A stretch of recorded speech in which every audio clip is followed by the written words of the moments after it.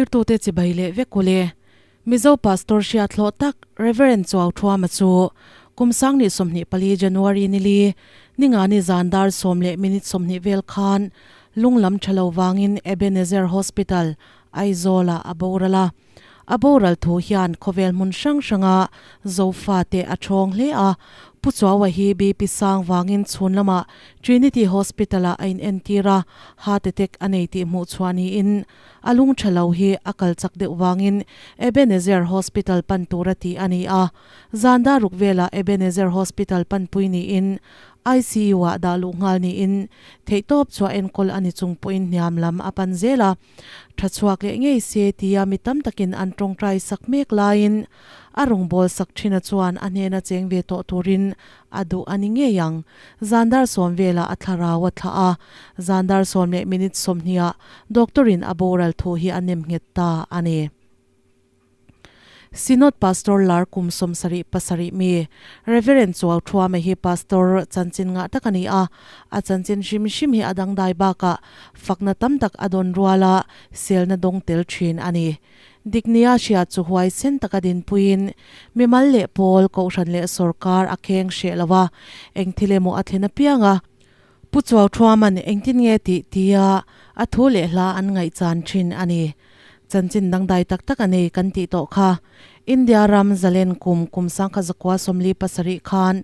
buk puya alo pianga apian ni hi fel fai taka chinchia a umlawa mizo pa chinchia danin kangwar laya piang ti ni in officiala apian ni azia ero kum sangkha zakwa somli pasari April ni khatti ani apa hi Presbyterian kaushan upa ton ani in khun khan taka cholni serthin ani a sinat nuaya primary school zirtir to ani nge a anu hi mualung thu khochuak buai ni in puchwa wa hi anfa parukte zinga ano pang ber ani no pang bor som takni in kalna ane bok wangin ruala pol hei theilawa school po akai hei theilo kumsari mi ani in apa thona skula kaltranin lekhai ro athiam theile a han elpha anom ngai me ulawani ber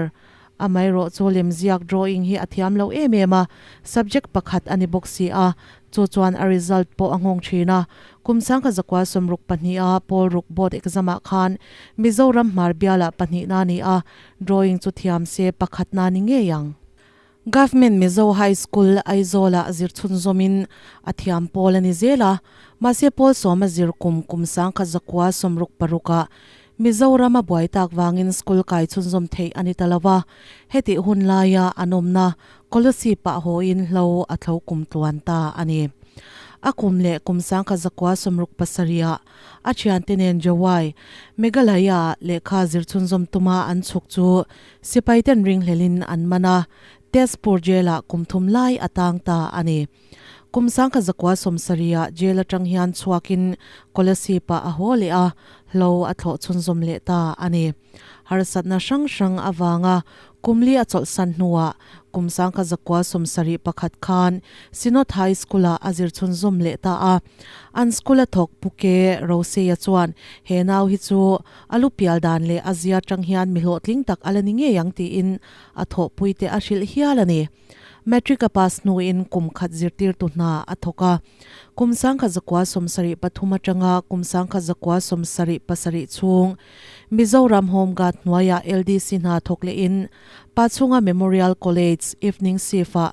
PU azir chunzom zelin kumsang kha zakwa somsari parukhan BA azauta ani BA hi pass satlia mai lovin distinction a apasa Northeast Strand Hill University pumpuya pani nani phahialani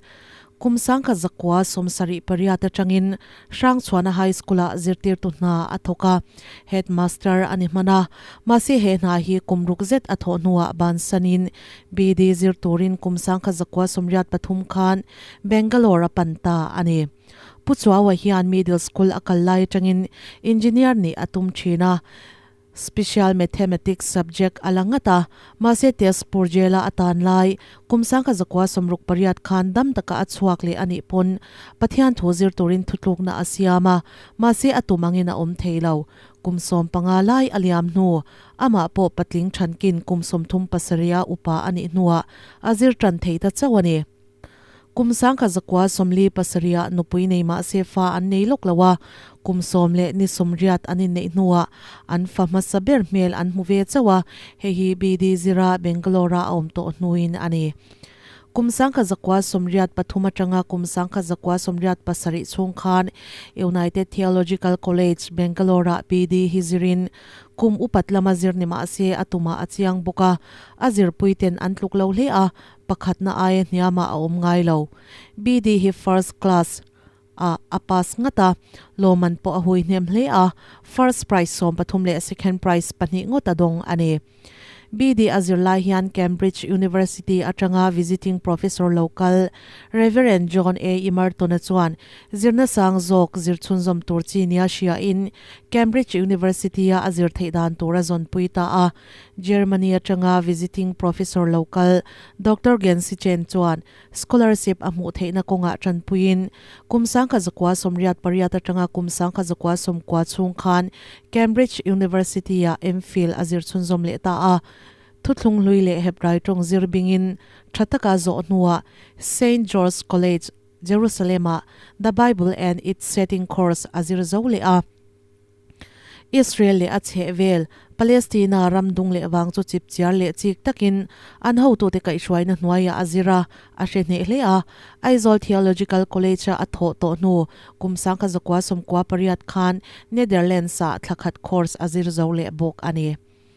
kumsang ka zakwa somkwa khan pro pastoratan lakni in kumsomli pathum laya upa ani to a trampa ngaya thoktura lak pro pastor zinga a upa ber nge a lungleya da ni in pro pastor upa ber record ane hi tun nuwa kumsomli palimi ni in pumal somdong lianan aron khum ta chau ani kumsang ka zakwa somkwa pathuma sinod pastoratan nemnge ani a kumsang ka zakwa somkwa pali January ninga atangin Aizol Theological College sha thokin kumsang ni pasari December ni somthum pakhata apen son thleng khan athok zuita a MTH anhon no khan kumli athok zuile a sinod pastor za asomriat panga vel hi azirtir chwa anni ang anti hial thin panel omlo takangin langma se zirlaiten a class nuam anti theile a boruak zang tak nuaya an nui ham hama muthu anlo ompon fiam thu tho pa in abeng har maya a class an ningai lo ni in an soi mak pek chungchanga a strictly ni in an soi china ama chuan an phutok angei mak ka pe china chuti rual chuan anti thavak lo ni poin pas mak pek sham dan ka ngai tu china ti kumsom pasari pumlum pastor na thokma se biala en kolmia lawa biala en kollo chungchang anzo na chu keima hi kein chi chiang bera kami ziate ke en hian biala omchia kain ngai wak loti in tlang takin achang mai ani apen son no thlenga zirtir na thokin kumsom pako chung zet ATC a athoka zirtir na thokin ahuna mangral ani ber ama nge point kansol karnia hian zirtop ni kanneina a zirna lama hi chuan zirtop ni nei katum lawate chin Sinod pro pastor te zinga puithiam kor anti mai clerical start ha omchunia soini in pastora annem nge tuma po aha a achanan zo chuan aumna bial ten serle sang an khoini khwa in clerical start hatura an be sei pi alama bial to pastor in hak a khap lo awangin a hathin ni in a soi pro pastor dangzinga clerical start ha hi an om shiat anilawani patei matak ni in zingdar lele achan vevela athauzi a zana dar som pani tlengte na athok china le khazia ul samhle ma se laphwa le zailama ero atong chambe hle a zaya thiam lawa laphwa thiam lawa thuzia ka ul samhle thunga ale khabu chiar to a athudo omna lai a chat thei atai mak ba ka thuzia har satlomi ani wangin le khabu somruk pakhat chuanga ziaka iswa chanchin busari vela ziak bok kumsang ni pani khan nilai zan be rual thupui azia chu halni in boruak anei hata ma se hi tu nu zela mizo te zinga pathian thuzir dan min thiam tir to ni in angai ani kumsang ka zakwa somsari pakhata tangdei to khan article ziak tanin kumsang ni som pathum August ni som pakwa tang khan chumlo chatlovin huang nein wanglai nia thua ziaka article ringot po zanga chuanga ziak to ani amit alafia chalhe a computer a khoidon pon tarmit wa alamamo alawani Reverend Chuauthuama hi thilzir chiang pe mi athazonga mitikher khermi ni in athil shiata achianga athuziak le soire reng afia baka achiang thin diknia chia chu huai sen takin amal din puingama mi ngai na thlolo pha don ma se tlang takin aziak shrok mai thin ani ang mi bek simei kho ang maya arsi eng bek le chuak kha thi mi zoten kan muzen zen don lowa alut na zual don chau kan ti mek laya hetianga bin han kalsan thu thi amun ruak azaw don hle a lua khat zo ron piang takang mo kan hun nung ber kan lo thleng ta a khwalum hle maya nang ni point lum in tia ke point lum ka tia poni sala pathian tran puina in kan thusai hun chu nga hi chu har sana om lutuk lovin kan tling ka thei tura kan nga ya pathian thu lo ngai tha ilangin amosa bunga chang somni le palina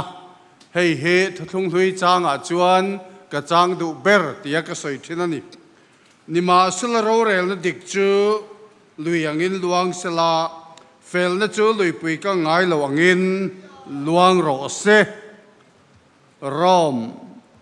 bung som le pathum chang som pakhat na tu lai thilom zia in thria da wang le muhil tho harahun to tak zet tin thria da wangin heng thu hi ka soyani chanchin tha mathai ziak bung ruk chang som ni le palina tu man ho tu pani rong an bol kop theilo pakhat huain pakhat an duang ani lo le pakhat tanin pakhat an musitang pathian le sumrong in bol kop theilo ve pathian in athu kan zatan malmin som sak theu ro se amen itong trang u lalpa kan pathian chungnung berwana mi voin chanua hian kan thupui than sa kan soi hun hunung berchu kan lo thleng ta ani hei khwalum le maya ngai thatu le tha thuril tu tan po tor hlom takani na china oma amaro chunangin min tran puila hei thu kan zir ho chunga na hi chuan nang malama beng do thei tu ren nangin tharau thiang lim mangin min thua yang che kan lalpai su krista mingin chung chu kan dela che amen nizana khan kan thu pui tu lai thilom zia ti then chunga an ni le ke ni tin kan soya tu kina khan tu lai thilom zia ti chunga tu lai thilom zia le ko khan tin kan soya voin chanu ai ro hi chuan tu lai thilom zia ram le khotlanga ti in kan soidon ani kan thu soi tur he ka ziak tu maya amaro chu aru kol devin kan ron the thadeu lok don ani tu lai a hian nge kan ngai lut ber kan ti chuan mizorama ramtanga po ani na china omanga mizorama hian sum ni in alang sum le pai ni na lang chuti lai chuan kan pathian thu chuan tangka sum ngai na the sual tin reng bulani alo ti ya Solomon a point tangka sum ngai na tu chuan tangka suma du tok amulawanga hausak ngai na tu chuan du tok a hlep hek lawang alo ti boka tin Solomon a vekin tangkain eng kimasithu alo ti le boka tin pola chuan hun hanu nga thil lo om tur hon khir taka thil om tur a soi zinga chuan tangka ngai na tu te an telani tin hebrai le khathon zek to chuan in ril ruput zia chu tangka ngai na tel lo ni ro se ati heng hi bible thu kan mu tang ka sum chung changa zirtir tlang pui kan han thur chua te ni a chút ti chung chuan mi zo te hian tu lai kan ngai lut ber nia lang chu tang ka sum hi ani sum le pai a chil na hian tu lai mi a chil na he tu lai mi zo nun ti buai tu lian ber pakhat ani mai om mange tin ka ngai tua thin kan venga doctor pakhat chuan thua ka khosit lut cho ti dam theya thua ka ti bilut po ti dam theya thua ka su poisa lut toy ro hi chu ti dam theya ni lo ati thua ka poisa lut ro hi chu ti dam thei ani lo ati top mai ni ati kleiner nom cho wang chuan tun lai kan rama hian enge kan ve kan ti chuan puam pali kan ve ning ka ria a pakhat na chuan chia puam a puak ke to a som tam tak po beng ka anda sem thei lovin ala oma khe puam a puak ke le a min la fan zela la kal zela chu mirwal chuan lei puam ala om le a ram le in mun lo ram khatianga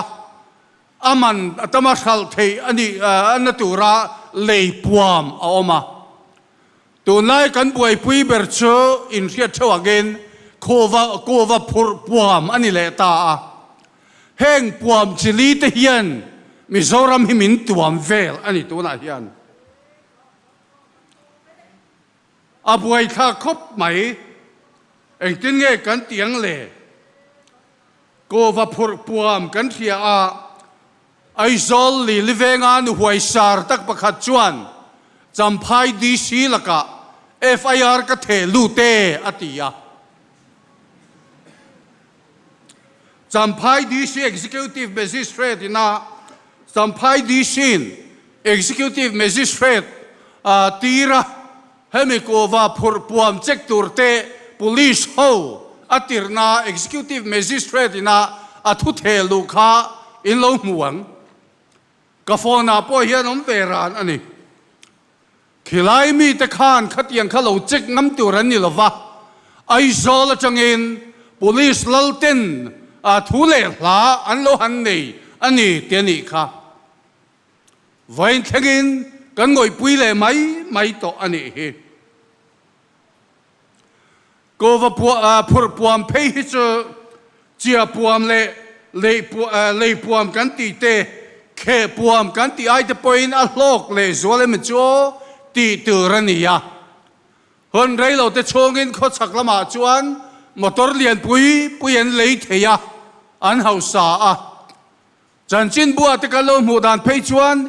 zirlai te point an zirlai ngai saklava nitin in lo nan po a hlok zok ani an ti thom te kan lo riani kha April ni som ni le paruk khen khan chanchin thara kan thia dang chuan kova phur puam chung chang he alo la lang ani kha hei hian ngong aizola lian takanaya aizol veng chen khat abikin Falkland vela te phei chuan in mun lo ramin ato pha chak le an ti ani heng ti hieng tin nge kan ngai tua don heng ti tu te zinga hian in tel ve em thalai ho hi in ngai tua chiang ro adot le ha chuan man akan chief minister Masa Khan mizo te hi compensation nam kan ni atia athu soi dik pol takani karing zang na dom na hian mizo he minti buai le ani zep na kemo tuirial hydel project puitin har chan chu compensation wang ani atira compensation motor mi somni palie molekha ahan tinek neka za somni chuanga an choni kha hei hi ke ma pho chopin ke soilo so sa in olok takin azira chumi nuwa kan sinotin azir vele a sinot executive in olok takin azira sinot executive ina azirna a thu a final phua tu chu Reverend Dr. H. Vandal Ava kan ko thana chuan mirin oma kan ngai ama he chiang chuan ani hi chuan van rama kai lo chuan midang kai nom lo wangan ti hial chin khan ya cho mi in SEC thelo tu raboi pui lai khan ami zo tong en dik tu kania ka he chiang ani Real Hydel project changan hi nem Sherlui Hydel project a ponia vaireng te sipai hoina ram hnuai indo lemchan anjirna tura po khan anile boka ton haya he mi ai silchar changa izol lampana kong pui thurli lo chho tura po hian thom om laten lom ni kha hey scholarship DC doctoral thang lian om lai khan thom om lat kha assembly house ate poi sei an sei kha vaireng te a ram hnuaya indo lemchan jirna tura phei kha chuan Mizorama computer ma a data chuan pasiam ni si amaro chu computer a chut chuan ni si rap chunga rep un niom takte om kha chutiang lem chang nun chu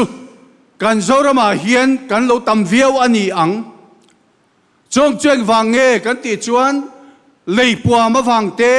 khe pua ma wang te chia pua ma wang te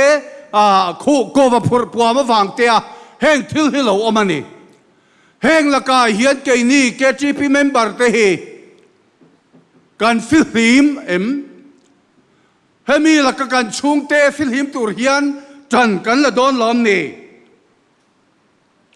thua ka sum lo chu ati dam thei lo tia kan veng Dr. Thiam takina soi kha kan lo ve palange I film khurang u adot le chuan diklo takai ti hausa te laka I film khurang u thel hlawam tak pakhat chu kan rama hian diklo takai ti hausa tam takan om chong hovina politics andron khel to rahi kan lo in ven lok ngai an lo in khel tur podi to lo an lo luto pangani hemi laka hian I film khurang u hetianga diklo taka inti hausa te hian NGO thang te YMA te MUP te MHCP te KGP te thang poni mai thei GKP te BYD te le SYA te thang poni mai thei khatiang khasumin andron loma anlaka hian kan lo lungoi mai ang ti ka lau thin ani to na ku va phur puam te tu te po hian cham phai le che vela chuan chutiang chuan let an chua to ti kha kan lo riat dan ani heng laka hian I film khurang u them samate them samite inilo ramang u adot le chuan Nehemia ka ngai mange kan ti te enga tinge heti taka mi zo ten sual tin reng bul tang ka sum ngai na di hian min buan thuk le thin Christian Chalai Paul member te hi kan ngai tu chian ngai kho mai rim ta kain tho chua ani chuan engang point house ro kan ngai sang chu kan choi mo yang chu câu thana mo thil danga mo po in sum le pai in man chuan thil ti tha in yang pathian mi ta po thiang hlemang maro chu diklo taka sum lak lo ni ro chuan chu tiang laka chuan ke ni chu kan fil him turani tuna hian ka resol ni lo chuan Christian Chalai Paul member hi nuai khale singa le sangsari le zare somthum india nang ni hian dik taka thil in ti chuan kan ram hi kan la siam chal the ni kan ram hi chan tla ka lo mani ti hi voina hian ka soi do ani nang ni zong thil bol ho ti tur hian in phalve lul su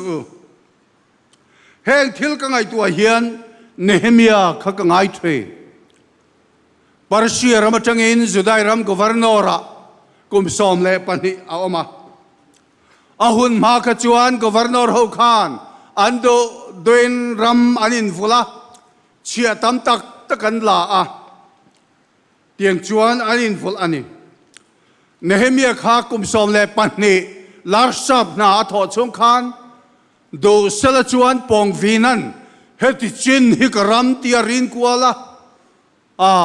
ral khata tangin bong te poin an thir dek chove an tiak deu khan adu chuan in vul lian the ani ma sela tin nge soi kha tun ma a ram op to te kha mi te la kan lo hau tak le maya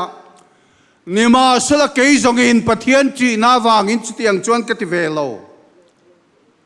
hemikul na thok hian ka om renga atieni nima sela ke zong in pathian tri na wangin ram hi kain pe ve lo ati mizoram hi ram hangai tu kan tam nutuk ning ka hia pro pastor kani lai khan kan jin vel na mi pakhat lo soi chu director pakhat chuan thing tlanga ram som le pariat nei tin min lo silani chutiang vel chu kan ni ram hi kan mangai khop mai hemi laka hian soi tu hi manin fakpo chang tai la sakhingala amula bet te ni kha kan fak nge sangkha zakwa som sari pali khan tu na kanin hun chate ki kan lei ve a ka pu zon ten pu vai ve nge na in mun min lo dil sak ve a mau boka min lo pe ni amaro chu footpath lai tur ten ron tia ke ro chuan in mun kan nei to a kama mo to lo ka tia sarkara ka pelet le thapan mat kuma buk pui kan khwa a upavan lal kungan rong bol tu rin min cha pheya ka no pan lai thien tha an hing chu ka soi lawang chu vcp alo nia aina choya min soma ani chuan thien pa le kha chete a yan han siak te edo lai takram ka peng che atia ke chuan kama mo lo min pe ma la karon en kol don chuang si lova helaya yan Rev'd Chuauthuama ram tia in taranga kha ka du lawani katia ava makdod ve tia makro se katia kanil fithani kan rama hian ram hangai kan tam latuk lui pui dung le kong pui dung zong zong mi hau sa te ram ani zo ti ti to a lei puam ram ani zo to cho wangin hek la ka hian kan film khur tu rani Nehemia chuan ka mami te kha chuan ando duin an tia ke ro chuan pathian tri na wangin chutiang chuan ka ti ve lo atingam pathian tri na wangin chutiang chuan kan ti lo ve ngam tu ren don lom niก็สวยเลยตัวที่จะอาเทียงอ่ะบ่เดียวหกขังสุรคาถากันมาหมกตัวไล่มีโซเตกันมาองอันนับเบรประคัตเจอสุรคาถาจากเลเทลติเทกันในโลหินี่อ่ะเจ้าวางิสุรคาถากันมาหมกก็สวยเทนจันจินบัวพวกกระเสียกตามโตถึงขจรหนิ่งเลยลุยไม่เทนิ่งเมาละก็สวยนั่นเลยดอนสวยนั่นนวมสีเหลาสวยนั่นทรูลเสียนี่สเตทกันนี่นัวกุมสมทุมแหล่ปาลีอารัลติตีโตมารอจุกันเล่นโตเดลเทลาขามีช่วงสุรคาร์โตจงคานไอสุรคาร์เตเรนอินโตเดลอันตุมทวนพวงเวกมาเซตุนเทงินกันเล่นโตเดลเทลากระจารเล่กริมกันสรัมรีกันบวยเพียงอินอบิกินเฮลายาไวเร็กเดบุลกันบวยเพียงอินตานเตานตุรกงกันในเหล่ากันหันบวยาจีปุระเล่มณิปุรลำกันหันโอนะกันกงเหล่าเชมเอมามอเตอร์เลียนตุกการเทน่าเหล่านี่ละวะนี่กูมาเตปอกันบวยนี่เฮ้ยเฮลายจิงเฟลโตเตปอน้ำอามารอจูเอ็งก็บอกเจ้าหน้าจวนหันทกันนี่กงเตปอนไหล maro chu Mizoram sarkar hi kadem na chu ko laya ko thang lama kan ram chunga asamin leyan ron doa kan lom em ani mai thei ma ni lo ka helama leyan ron do kai le ton ti kan ram hi hum halangai ni sarkar tha kan mamo Mizoram hian soitlor thiam kan mamo lo ataka ti thiam kan mamo to na thok thei sarkar kan mamo na kuma kan in thang don engang mi nge kan than don KTP member nuai khat le singa chuang hian om zia kan nei the ni in chung te in min thei ve kan ni chu wang chuan na kuma kan in thang tur te he na kum lo ka kan in thang tur te to ne chang hian ni ngai tu lok teng o political education sakha ko som kwa kan tana ser chi pa paper sector reverend lalthan moya kal thei lo wangen aya min kal tira so ta chang chuan kan ti chho zela maro ar enge wo chena chuan na that na om maro chu kan la lo tling tok lo ning ka hia Mizoram hi sarkar tha kan mamo cho wangen na kuma kan in thang tu ra hian min bum mai tur sarkar kan du to lo thu ta kamin huai tur ram ma so na min khen tur chu tiang sarkar chu kan mamo ani chami ti tur chuan ke ni thalai rual hian ti tak zetin thu tak din puen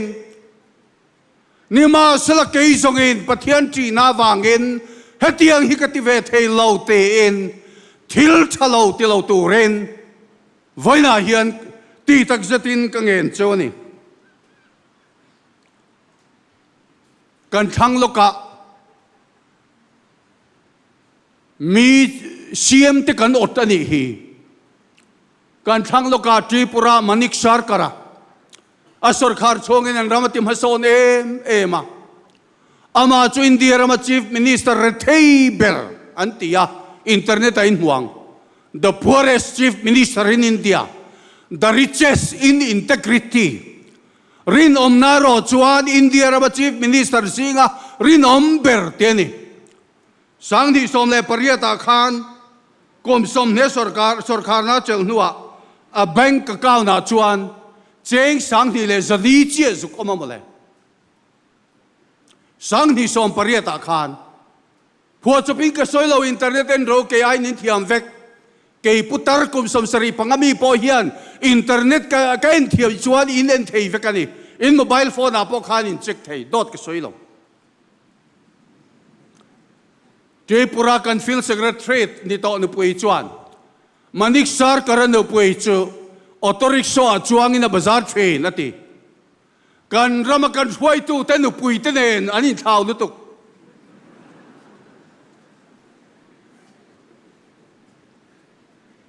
in meng venia in beng khangong ani lo chuan ka thu soi hi ro mit nge mutu soi ni dot a soi ka ring lo nu la ho ti dan taka siam thang le dewa India rawa state top beran soi Bihar Gundara Santia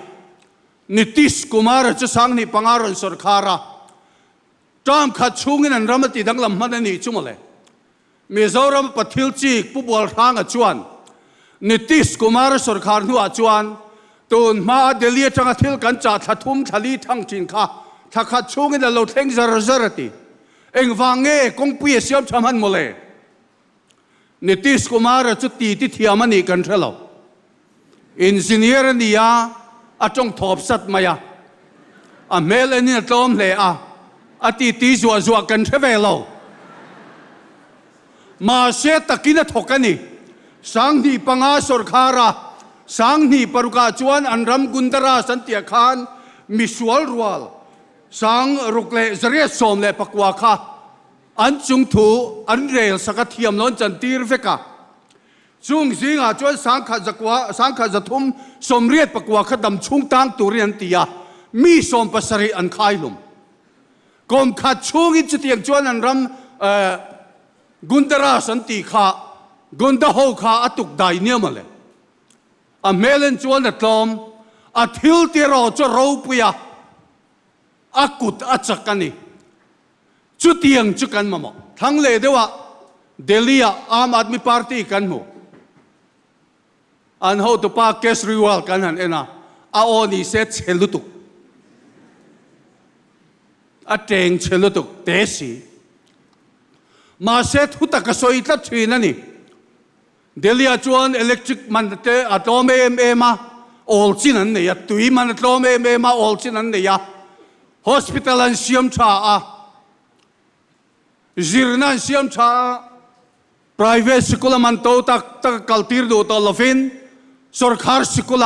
mitam zokin an kaltir to a Delhi sarkar din mun chep zia queen siam central sarkar BJP sarkarin lieutenant governor mangin a kongtin rengin harsat nan siam saka chuti chung chuan police te po an control huai an omlo chuti chung chuan khuti khop kwan man son tlatani an ma son thelo na ber chu bo ruak chia pollution ko nia kho kha chuan ti thein lo Delhi mi tam jok ho thil tia wanga bo ruak chia ko nia khu po kwan ni point thatakin an lati thei mai na rinom cho wang chuan mi chief minister order renga om hi kan ning to nakuma kani thang don mi tha ron pen chuak ro se mi thiam mi tha mi thar kan mamo mi hlui kan de mangai mi thar mi tha na thok thei na thok thiam ti ya distinction a pass ni lo a tho tak a distinction a pass na tho that class ni si ti ya distinction ni kan ning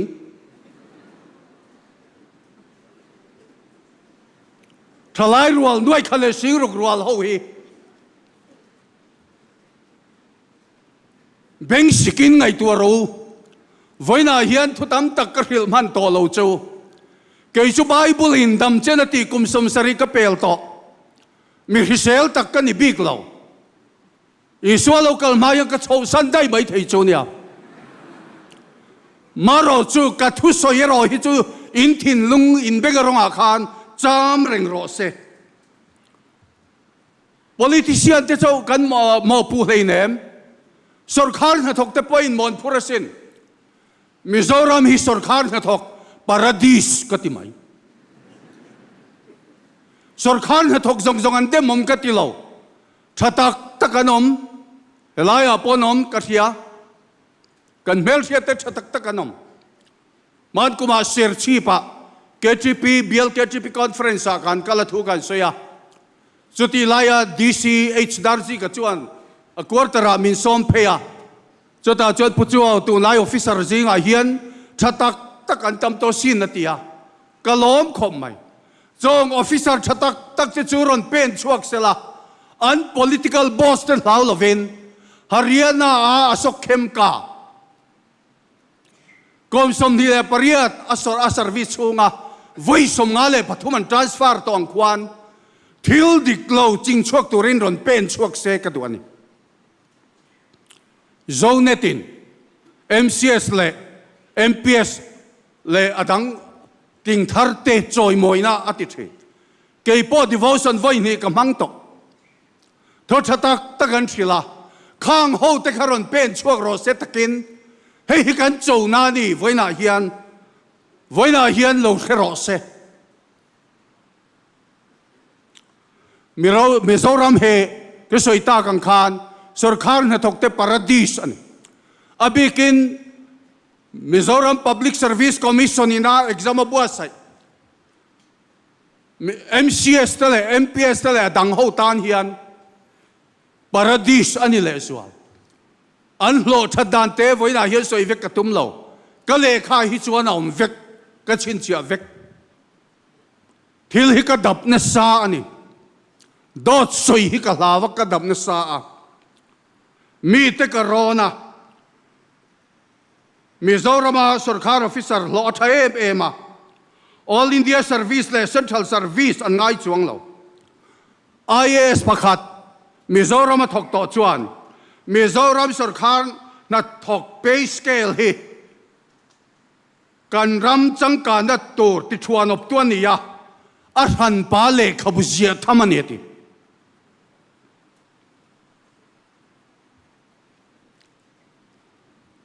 อันโลชาเตกันที่กันนี่โลอันโลอาทางบกคานอันนโทชโรเซกันรำให้โซนตูเฮียนนสตกินทกโรเซตีข้ากันดูดานอันนี้เลมีปุยโปเฮียนกันสิรังไอโถเฮตียงที่ลาเฮียนมีปุยเฮียนกันสิรังไอนี่มีปุยเฮียนสุรคาร์กันไปสีดานจะปอยเฮดิกลาวมานี่มีมัลช่วงก็มัลโลกนาตานกันไปสีชีนะรำเล่น้ำมินมาโซนจวนช่วงก็มัลเฮียนมากันโซนชีนอันนี้ตีให้กันเทียดอปอยหมอกอันนี้จูวางินมีปุยเตปอยน์สุรคาร์ politician เตเลสุรคาร์เนี่ยตกเตะอีเซมบวยลุตุกละวังอูกันรำมินมาโซนจวนมากันโซนทวังเตะเรื่องอู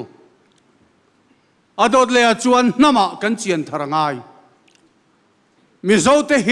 มิโซกันนี่น่าเฮียงกันเจียนอวจุลตักเอ็ม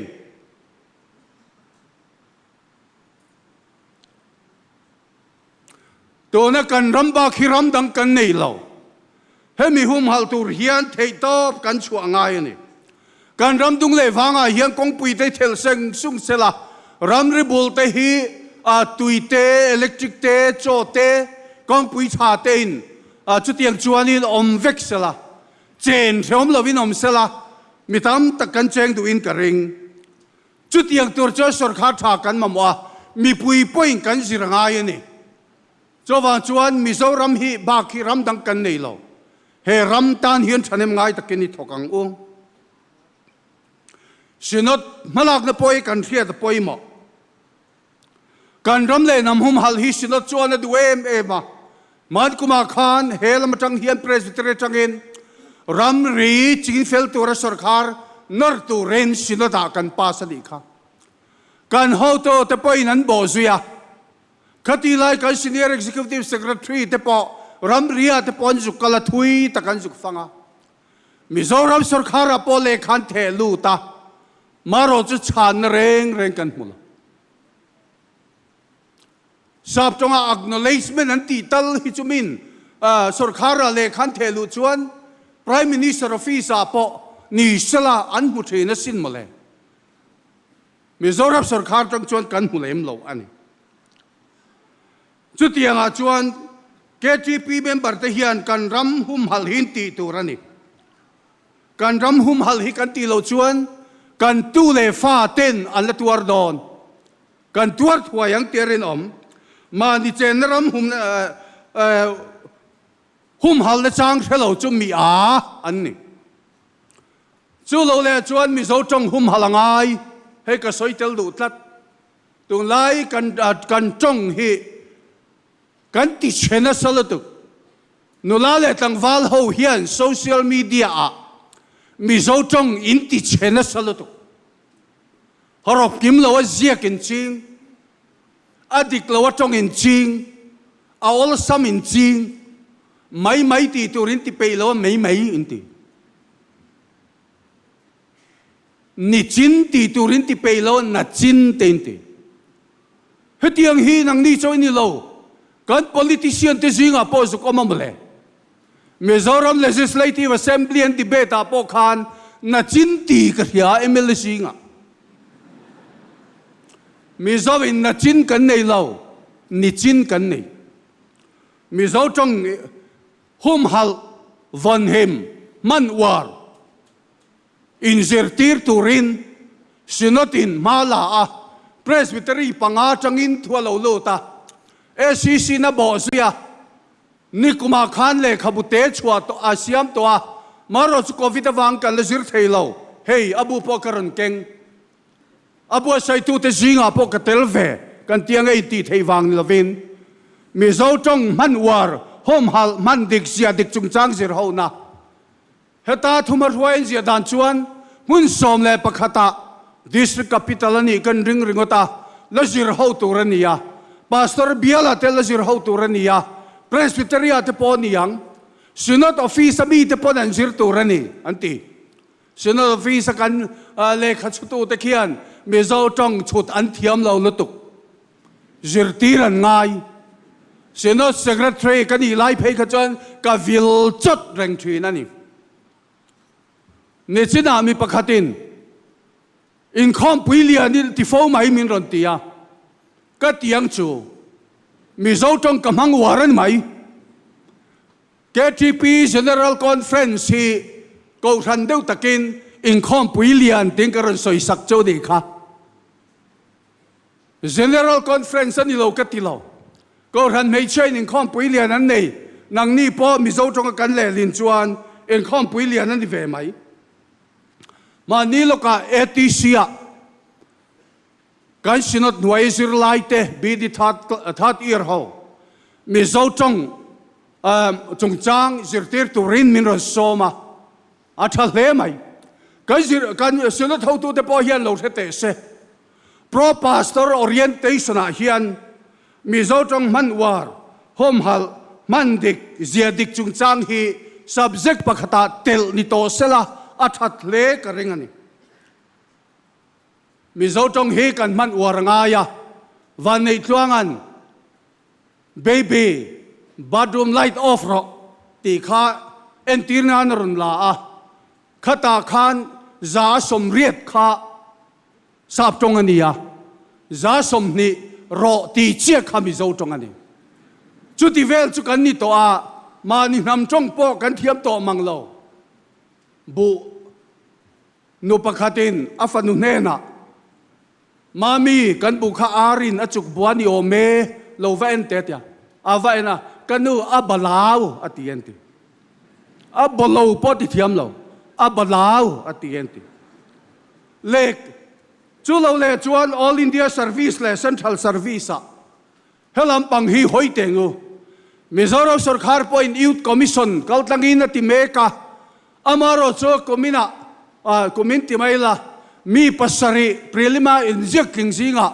pakhat ma interview atlingan interview pha anom lo ava boy thak em kan sinot chuan lunglei east presbytery changa zenda local kha central service mi zotlin theina kong sinot in zongro setia esisin kan ngai tua kan herdika all India service le central service mi zotlin theina kong sinot in zongro setin kan herdika nikum September ni somnia khan sikul puya sinot resource center kan honga all India service exam turte paper thatak tak tuna khian kan da cheu to chanchin bu te thatin chuak te nitin chanchin bu te khatiang khan paper tu thatak tak kan da towa kan member singami RL rinoma IRS retire te Silal Sota IS retire te Benzamina Indian Defense Account Service retire te chuan akar khatokin center anthua member register member somsari panga kan neya chong hote cho chomhalam le chon hulam kalte noma khang hofina anron theitur khan akar khatokin sikul puya khian an nga kani mizote hi all India service kan lu tam chuan kan ham hum hal nan tha ten kan ham kan enjoy moi nan po tha lal thara IS retired Nagaland chief minister chief secretary ni to khan Mizoram hian thon chuatur kan nei lo human resources mi hing thi kan thon chuatur nei ni cho wangin all India service ate kan lu tam turani ati kha adik le ni mandewa kan chief minister Mizoram hian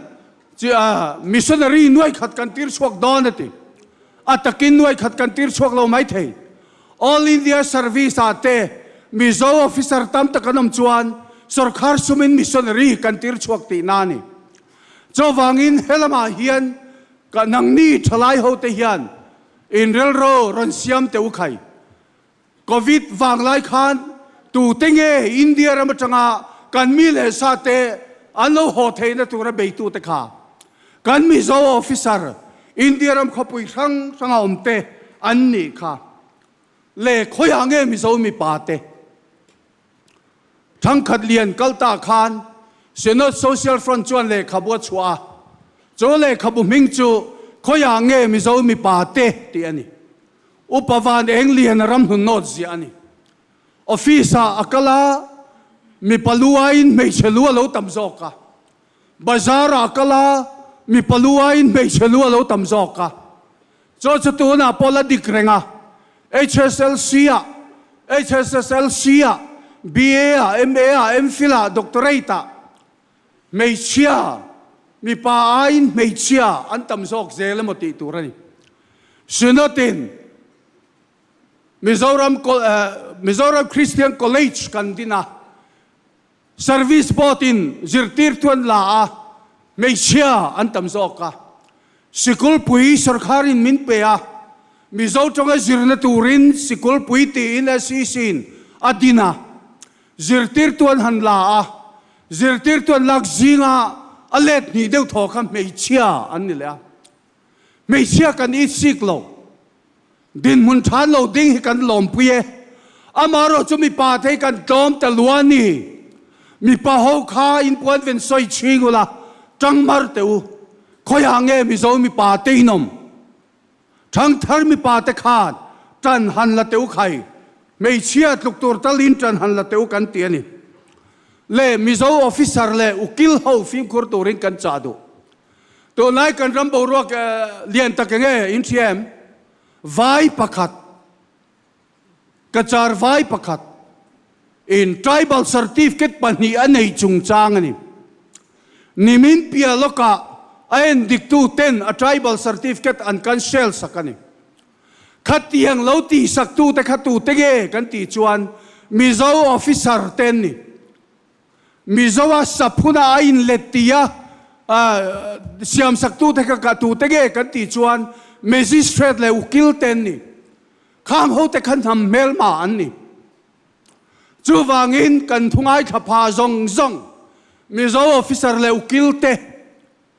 a tual chunga ni na nei te ho po kan han ti te nam dang ho mizo chan ti ri go thi kan ti turani lo kan film khur turani mizo hi kan in hum hal turani mizo piang lo pui mizo chan tir kan ma mo lo thiếu đang cái người khác cho soi ngay lo, chú tì rual chuan câu hàn po kan phim khurang ai, chanchin bua po cái giặc to train, abikin pastor ten, mi kan baptisin, kan thenom le khó chak lama changa local te, Mizoram an address baptism certificate a zia lo to, cái ni ai nan phing zo, an tinek neka America kalnan ten mang dai thai. Phim kurangai Presbyterian pastor chau katilo ko handanga baptisma certificate pechin zong zong point hey hilo herose an original address khazia ngei turani chuti ni lo chuan kan ramtan poi an khoi the ni kan phim kurangai ni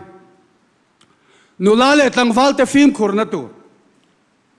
nulale tang falte po film khurau pathian in nam tin himin siama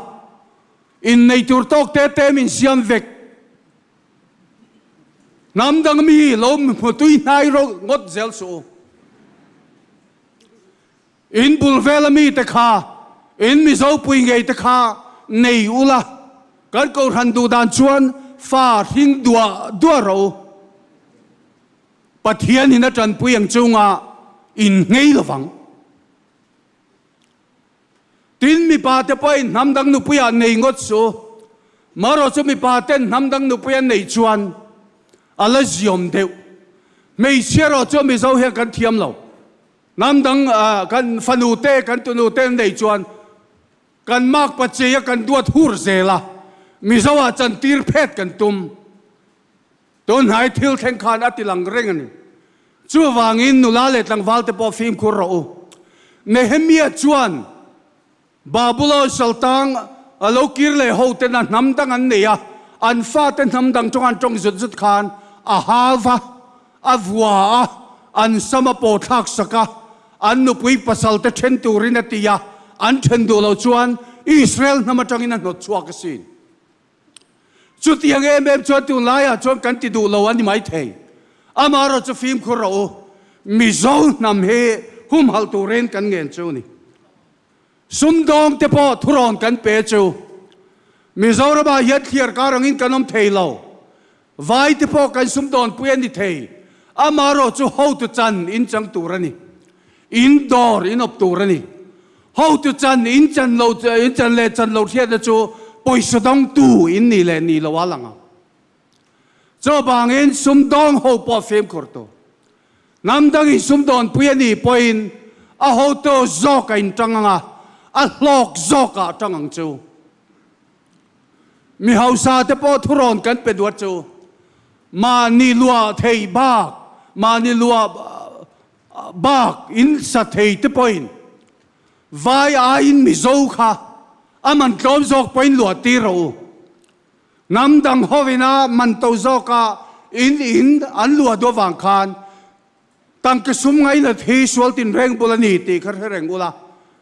Ka in mi zo pui te mi ra thei zoka lua ti rang chu. Chu tiang kan ti chuan mi zo he kan in hum hal don ani. Le ke chu Bible zirme kania. Bible zirme ngai san chanchin te ka chui na sa a. Ni sina ka soi to Nehemia te hi ka ngai sang ani. Amosa te ka ngai sang ani. Rorel na dik chulu yang in luang sala. Fel na chulu pi ka ngai luang in luang ro se. Rorel na dik ti le fel na ti ka ze thum hun reng ani. Su tiang cho kan rama hian ni thei sela te kan du dan ani. Nehemia chuan ram reng po ka lei lawati san balata te hoven ono phaya in remsiam puyen tuma le kha voi lian thona amaro chani chuan chome chan da chro pui khati na ro pui tak ka thoka ka lo chuk thei lo enga nge hen ha ka tho chung hian in ne na ka lo chuk hladin hen ha hi acholang na ro pui tak ka thoka ka lo chuk thei lo eng wangin ye hen ha ka chol san chung hian in ne na ka lo chuk chung hian hen ha hi cholang nulale tang wal tu thil thalo ti tu ra khem namo ka tiang kha in to na piangin pathian tri mi in ni na khalo lang chuak sala na ro pui tak ka thoka kha tiang din mun hiam a khan ka lo chuk thei lo enga nge in ne na ka lo chukla din he na hi chol sadao mangle ti in chanchin don ya chutia ngai chan chuan kan ram tun din le nan hian na ro pui tak in thok ani ang voina hian kan thu pui chu to lai thilom zia ram le khotlanga ti ani kai soi tam ta hle mai then kha chuan in ning mai thei amaro chu in ning chung poin khang thu te kha kan bar lui du chu ani kan ram le nam hi chan tla ka la chan ngai a chan thei to chu ke ni thalai rual he kan ni chu mi khreng chuan kan thu soi tak te kha pathianin kan zatan mal min som sak theu ro se Amen.